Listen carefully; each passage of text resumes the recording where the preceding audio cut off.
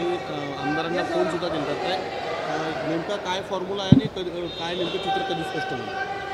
आता ह्या सगळे निर्णय प्रक्रिया आमचे नेते मान्य देवेंद्रजी त्या संदर्भात घेणार आहेत।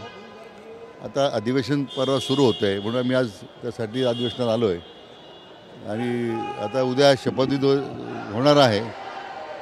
अजून पक्षाकडून काही सूचना नाही आहेत पण मला वाटतं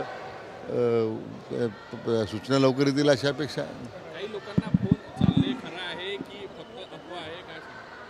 नाही, असं आहे की मला काही कल्पना नाही, कारण आम्हाला ते सांगितलं गेलं की तुम्हाला सूचना मिळणार आहेत। आता पण आम्ही अधिवेशना दृष्टीने हजर राहण्याकरताच आम्ही आलो। खरं आल्या सूचना तर आम्ही आपल्याला कळू। काय नेमका फॉर्म्युला असेल सर? हे मला काहीच कल्पना नाही। कुठेतरी विरोधक आरोप करत आहे बहुमत आहे तरी मंत्रिमंडळ अजून स्थापित होत नाही, 22-23 दिवस लोटले आहे, काय सांगाल विरोधकांना? नाही, विरोधकांचीच घाई आमच्यामध्ये येण्याची, म्हणून त्यांचा तो लवकर आग्रह आहे की एकतर आम्हाला घ्या आणि मंत्रिमंडळ करा असं असलं पाहिजे। विरोधकांचा जनाधार संपलेला आहे दुर्दैवानं महाराष्ट्रामध्ये। त्यांच्या दुर्दैवानं त्यांना जनाधार राहिला नाही।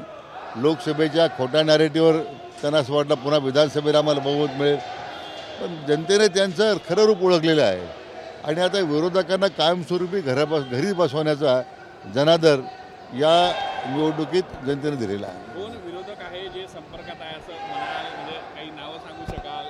नाही, मग सांगण्याची आवश्यकता नाही, वर्तमानपत्रामध्ये आपण रोज वाचतोच आहे।